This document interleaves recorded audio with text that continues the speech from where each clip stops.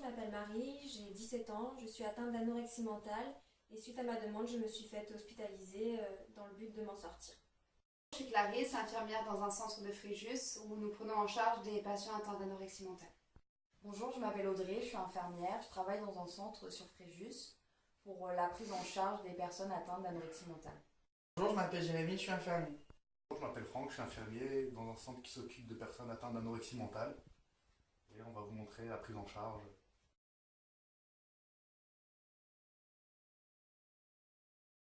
Charge des ateliers qui consistent en des travaux manuels afin d'entamer une discussion avec l'adolescent. Nous avons également des groupes de parole qui consistent à entamer une discussion avec l'adolescent devant tout le monde sans obligation.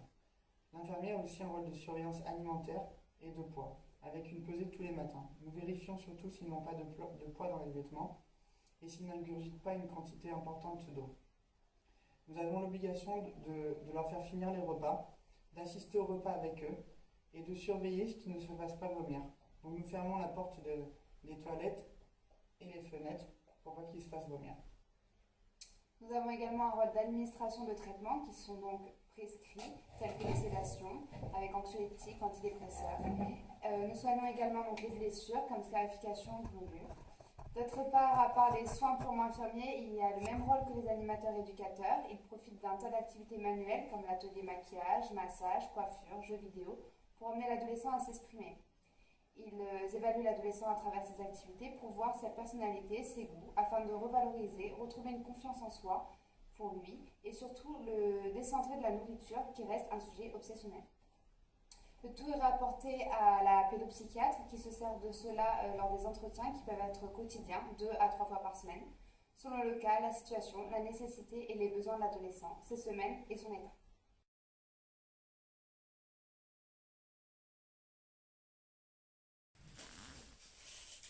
Tu manges pas? Non, j'ai pas très faim. Marie, essaie de manger un petit peu, s'il te plaît. Essaie de prendre tes couverts, au moins quelques bouchées. Tu sais, le contrat qui a été établi, c'est que tu es dans l'obligation de finir tes repas. Dans aucun cas, c'est pour te punir ou pour t'embêter. C'est vraiment pour toi, pour que tu puisses prendre du poids, pour que tu puisses rentrer chez toi, retrouver ta famille, tes sœurs, reprendre la vie comme avant. Donc essaye de manger un petit peu. Je vais essayer. D'accord? C'est bien, Marie, t'as bien fini, t'as bien suivi le contrat. Donc maintenant, on va passer aux autres activités. Si t'es d'accord, tu finis ton repas, donc tu peux sortir de table et retrouver tes copines. Ok, je peux aller aux toilettes? Ouais, vas-y. Oui. Ah bien, faut absolument que je me fasse vomir, j'ai trop mangé. Les toilettes là, putain, c'est fermé.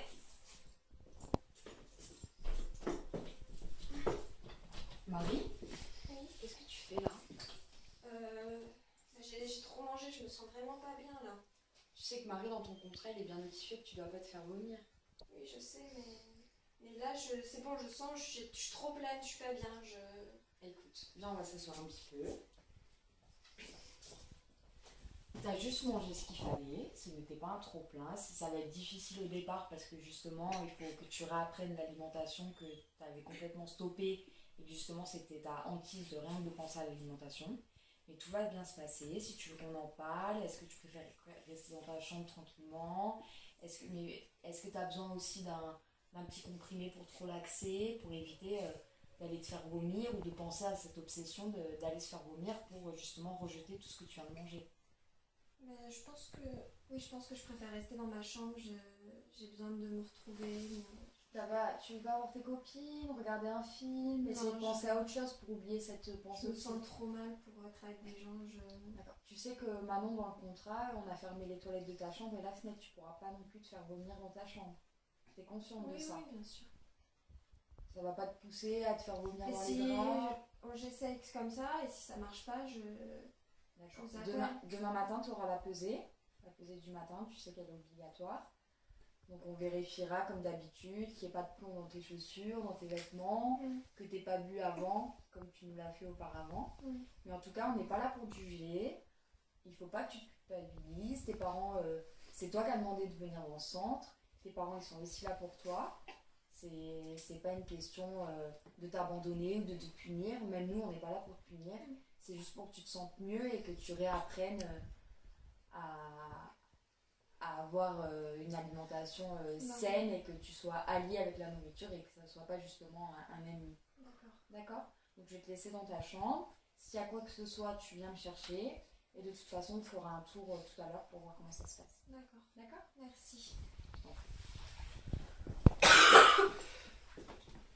Donc comme vous avez pu constater, Marie a essayé de se faire vomir après le repas, même si elle a fini son repas comme dans le contrat qui était établi.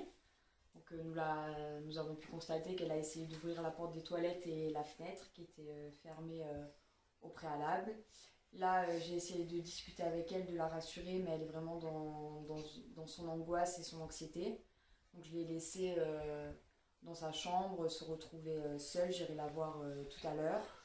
Et j'en ferai part également à la pédopsychiatre pour justement lui énoncer ces problèmes-là et si on peut mettre autre chose en place, que ce soit des ateliers, enfin que la nourriture reste pas obsessionnelle à ce point pour elle et qu'elle puisse s'en sortir.